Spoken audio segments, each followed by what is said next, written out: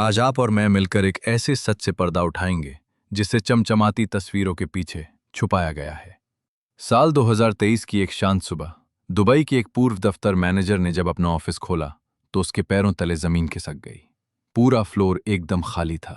कोई एक ऑफिस नहीं बल्कि पूरे 12 बिजनेस रातों रात गायब हो चुके थे। उन खाली मेजों पर सिर्फ 12 चाबियों के गुच्छे पड़े थे। न कोई चेतावनी, बस एक खौफनाक सन्नाटा।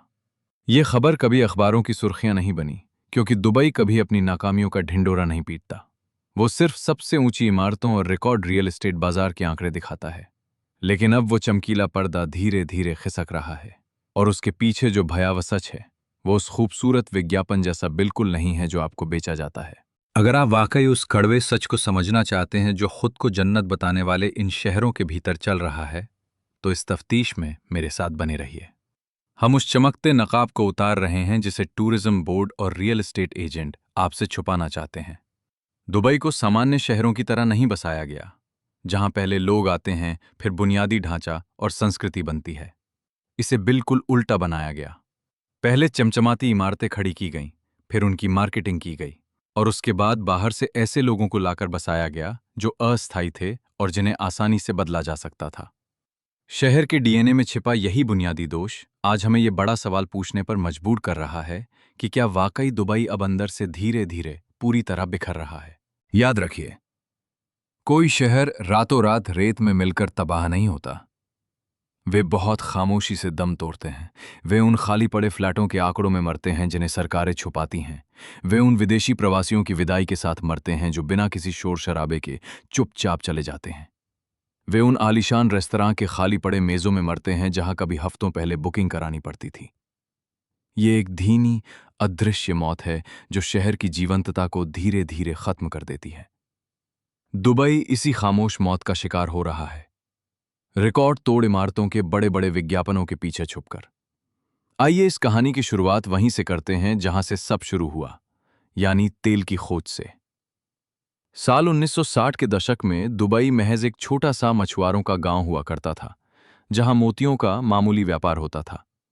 फिर तेल की खोज ने सब कुछ बदल कर रख दिया। इसने सिर्फ दुबई की किस्मत ही नहीं बदली, बल्कि इस पूरी धारणा को बदल दिया कि रेगिस्तान के बीचों बीच बसा कोई शहर कैसा दिख सकता है।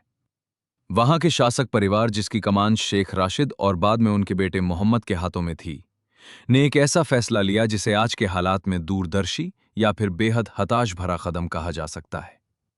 वे अच्छी तरह जानते थे कि एक ना एक दिन तेल का यह खजाना खत्म हो जाएगा। इसलिए उन्होंने कुछ ऐसा बनाने की ठानी जो तेल के बिना भी टिका रहे। उन्होंने एक ऐसा जादुई शहर बनाने का फैसला किया जिसे पूरी दुनिया नजरअंदाज ना कर सके। उनकी ये रणनीति काम कर गई और साल 1990 के दशक तक दुबई निर्माण और विदेशी निवेश के मामले में बाकी सभी अमीरातों से बहुत आगे निकल चुका था। साल 2000 के दशक तक आते आते दुबई दुनिया का सबसे बड़ा हॉटस्पॉट बन गया। ये एक ऐसी जगह थी जहां आर्किटेक्ट्स भौतिकी के नियमों को चुनौती देने वाली इमारतें बनाते थे। निवेशक टैक्स फ्री सिस्टम के जरिए पैसा जमा करते थे और दक्षिण एशिया के मजदूर अपने घरों को पैसे भेजते थे। वहीं यूरोप और अमेरिका के लोग एक ऐसी आलीशान जिंदगी जीने आते थे जो वे अपने देश में सोच भी नहीं सकते थे। दुबई ने हर किसी को कुछ न कुछ देने का वादा किया, लेकिन सबके लिए शहर बनाने की सबसे बड़ी समस्या यह है कि अंत में वो किसी का अपना नहीं रह जाता। यहां टोक्यो या लिस्बन जैसी कोई जीवंत स्थानीय संस्कृति नहीं है। दुबई सिर्फ एक व्यापारिक सौदा है, एक बेहद महंगा और दिखावटी सौदा। जब तक इस सौदे की शर्तें लोगों के अनुकूल और फायदेमंद थीं, तब तक सभी ने इसे स्वीकार किया। लोग आए, उन्होंने पैसा खर्च किया और यहीं बस गए। लेकिन अब इस सौदे की शर्तें बदल चुकी हैं। दुबई में रहने का खर्च इतना बढ़ गया है कि उस मध्यम वर्ग के लिए अब यहां रहना नामुमकिन हो गया है जिसने इस शहर को बसाया था। मुंबई या मैनचेस्टर से बेहतर सैलरी और टैक्स छूट की उम्मीद में आए प्रोफेशनल्स के लिए अब यहां का गणित पूरी तरह बिगड़ चुका है। साल 2021 से 2024 के बीच कुछ इलाकों में घरों का किराया 40% से ज्यादा बढ़ गया है। ये कोई 10 या 15% की मामूली बढ़ोतरी नहीं है। दुबई मरीना में जिस 2 बेडरूम के फ्लैट का किराया साल 2020 में 60,000 दिरहम था, वो 2023 तक 90,000 दिरहम से भी ज्यादा हो गया। ये केवल महंगाई नहीं, बल्कि पूरे सिस्टम का एक बड़ा बदलाव है।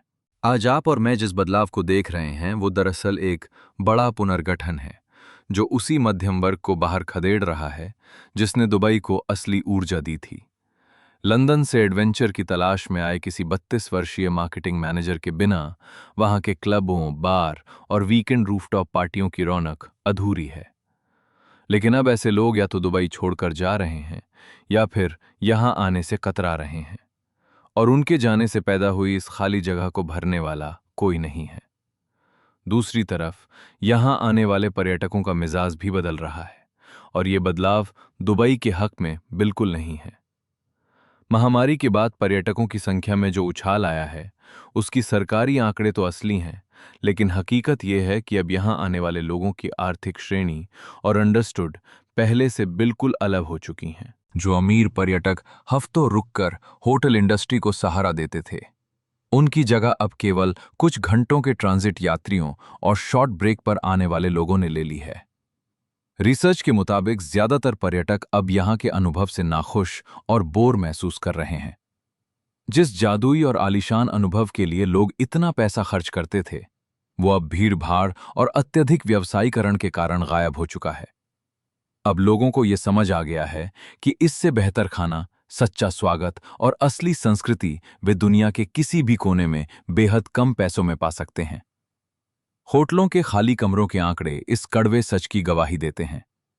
अति लग्जरी सेगमेंट को छोड़कर सामान्य और मध्यम श्रेणी के होटलों में, जहां भारी संख्या में पर्यटकों की जरूरत होती है, ग्राहकों की संख्या में लगातार बड़ी गिरावट दर्ज की जा रही है। जिन होटलों का किराया साल 2014 और 2015 में आसमान छू रहा था, वे आज रेस में बने रहने के लिए भारी डिस्काउंट देने को मजबूर हैं। बाजार में मांग कम हो रही है, लेकिन नए कमरों की सप्लाई लगातार जारी है। यहीं से दुबई की असली कहानी और भी पेचीदा हो जाती है, खासकर जब हम यहाँ के रियल एस्टेट मार्केट की पड़ताल करते हैं। ऊपर से देखने पर दुबई का रियल एस्टेट बेहद कामयाब दिखाई देता है। बड़े सौदे हो रहे हैं, नए प्रोजेक्ट्स लॉन्च हो रहे हैं और रूस, भारत व चीन के निवेशक लगातार पैसा लगा रहे हैं। लेकिन इन चमचमाते आंकड़ों के पीछे एक बहुत बड़ी गड़बड़ी छिपी है। अपनी आबादी और आकार के हिसाब से दुबई दुनिया के उन प्रमुख शहरों में से एक है जहां सबसे अधिक रिहायशी संपत्तियां और आलीशान घर पूरी तरह से खाली पड़े हुए हैं।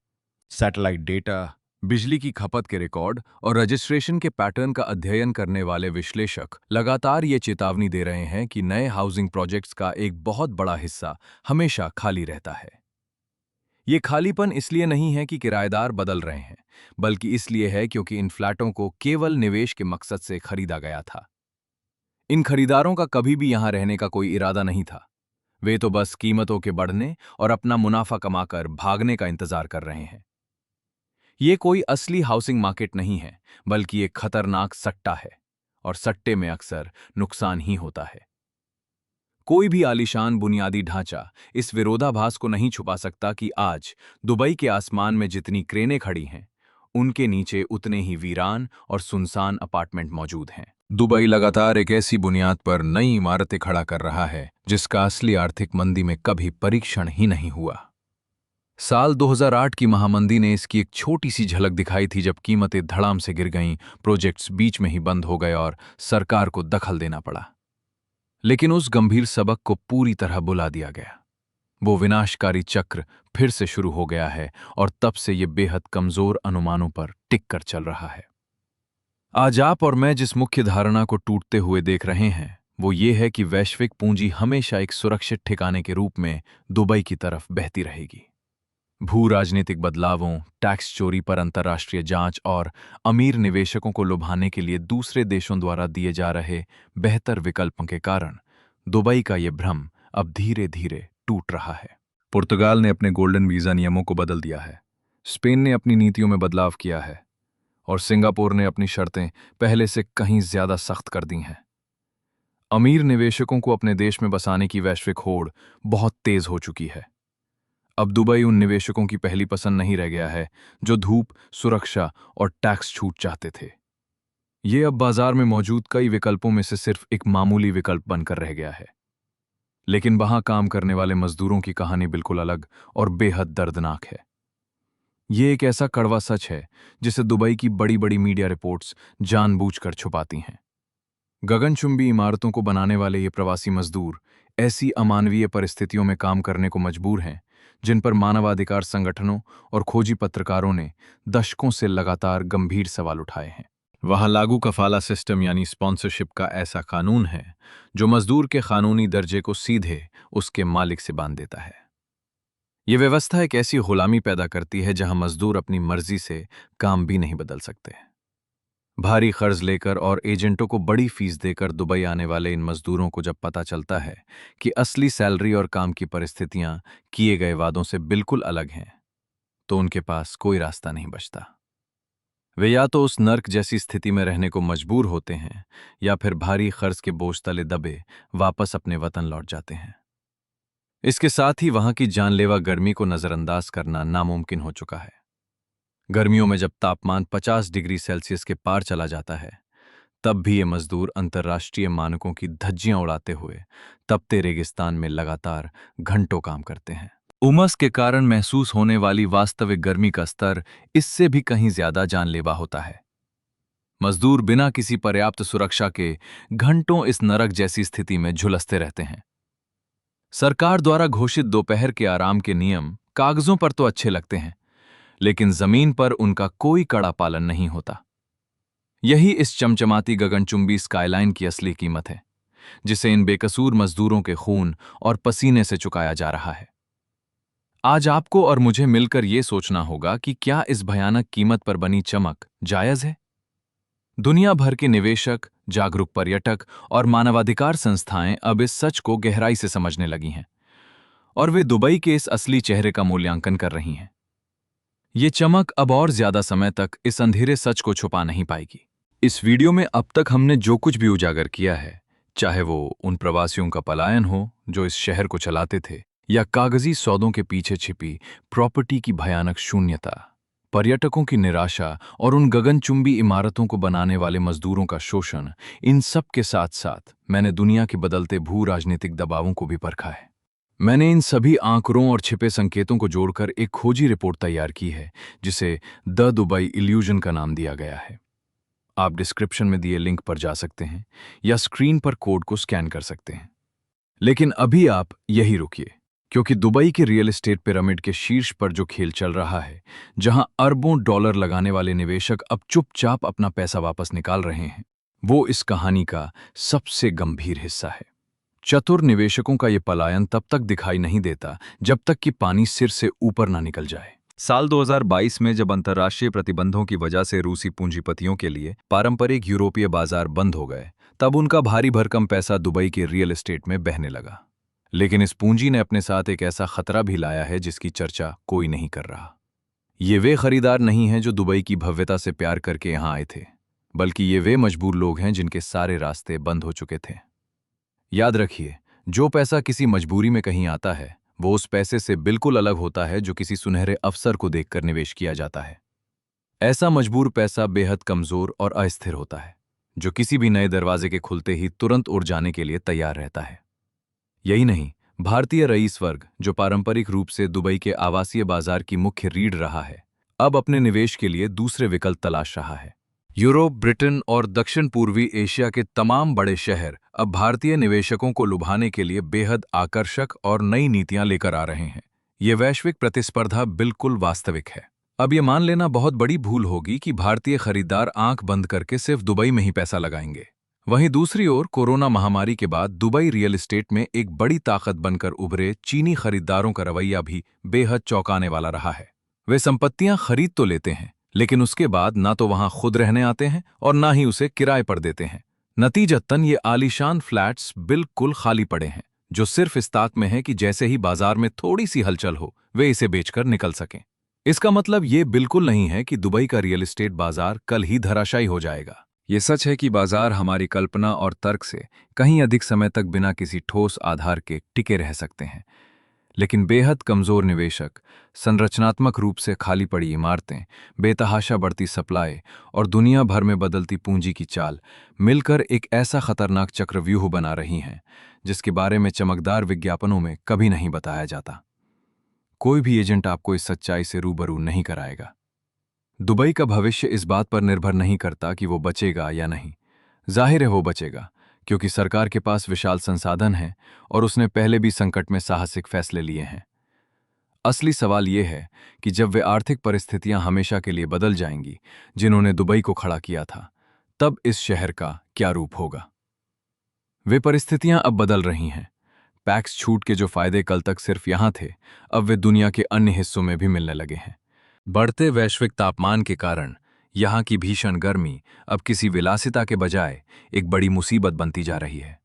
और इस रेगिस्तानी शहर को ठंडा रखने की लगातार बढ़ती लागत एक गंभीर आर्थिक बोझ बन चुकी है। शुरुआती प्रवासियों ने पैसे कमाने की चाह में जिस सांस्कृतिक खालीपन को बर्दाश्त किया था, उसे आज अनदेखा करना नामुमकिन होता जा रहा है। अन्य प्रतियोगी देश अब लोगों को वास्तविक गहराई, मजबूत जड़ें और अपनेपन का एहसास दे रहे हैं। दुबई एक ऐसे आधार पर खड़ा किया गया शहर था जहां यह माना गया कि यदि तमाशा काफी भव्य हो तो लोग असलियत से ज्यादा दिखावे को चुनेंगे। ये सोच एक पीढ़ी के लिए तो काम कर गई, लेकिन आज की नई पीढ़ी इस बहकावे में आने के लिए तैयार नहीं है। आज के युवा और शिक्षित पेशेवर, जो किसी भी अर्थव्यवस्था की असली रीढ़ होते हैं, अब अपने जीवन का आकलन एक नए दृष्टिकोण से कर रहे हैं। ये युवा अब अपने जीवन की गुणवत्ता, समृद्ध संस्कृति, एक सच्चा समुदाय, पर्यावरण के प्रति जागरूकता और भविष्य के लिए एक स्थायी ठिकाना चाहते हैं। लेकिन सच ये है कि दुबई इनमें से कुछ भी नहीं दे पाता। वो केवल एक बड़ी आमदनी, चमचमाती सड़कें और आसमान छूती इमारतें देता है, जो अब काफी नहीं है। जो प्रवासी आज इस शहर को छोड़ रहे हैं, वे किसी बड़ी आपदा के कारण नहीं जा रहे, बल्कि इसलिए जा रहे हैं क्योंकि उनके जीवन का गणित बदल चुका है। यहां रुकने का जो कारण पहले बिल्कुल साफ था, उसके लिए अब उन्हें ठोस दलीलें ढूंढनी पड़ रही हैं।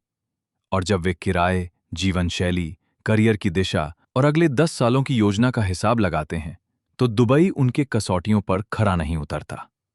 उस प्रॉपर्टी मैनेजर को ही देख लीजिए, जिसकी इमारत से रातों रात 12 व्यवसाय गायब हो गए थे। उसने भी ठीक 6 महीने बाद हमेशा के लिए ये शहर छोड़ दिया। उसने कोई हंगामा नहीं किया। उसने बस चुपचाप अपने अपार्टमेंट का सामान समेटा, अपने सारे बकाया चुकाए और लिस्बन की फ्लाइट पकड़ ली।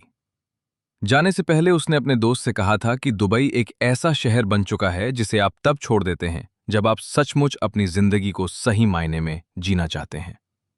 जाहिर है कि ये बात आपको एमिरेट्स टूरिज्म बोर्ड के विज्ञापनों में कभी नहीं मिलेगी, लेकिन पिछले कई सालों में दुबई के बारे में कही गई ये सबसे सच्ची बात है।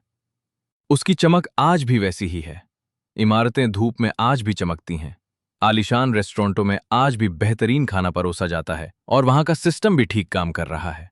लेकिन इस दिखावे के नीचे ये शहर एक ऐसे खालीपन से जूझ रहा है जिसे गगनचुंबी इमारतें कभी नहीं भर सकती।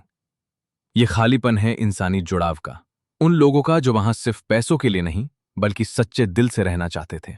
दुबई को एक ऐसा शहर माना जाता था जिसे देखकर लगता था कि भविष्य यहां पहले ही आ चुका है। लेकिन वहां रहने वाले, काम करने वाले और अपना आशियाना बसाने वाले हजारों लोगों के लिए अब ऐसा लगने लगा है कि मानो भविष्य ने अपना रास्ता बदल लिया है और किसी ने उन्हें इस बात की सूचना तक नहीं दी। यदि आप उन शहरों के पीछे छिपी कड़वी सच्चाई को उजागर करने वाली ऐसी ही खोजी पत्रकारिता को देखना और समझना चाहते हैं, जो दुनिया को अपना एक अलग चेहरा दिखाते हैं और अपने नागरिकों को दूसरा, तो अभी इस चैनल को सब्सक्राइब करें। आप और मैं मिलकर उन बारीक संकेतों पर नजर बनाए रखेंगे जिन्हें सरकारी कहानियां अक्सर हमसे छुपाने की कोशिश करती हैं। आज का ये सच शायद कड़वा हो, पर इसे जानना बेहद जरूरी है।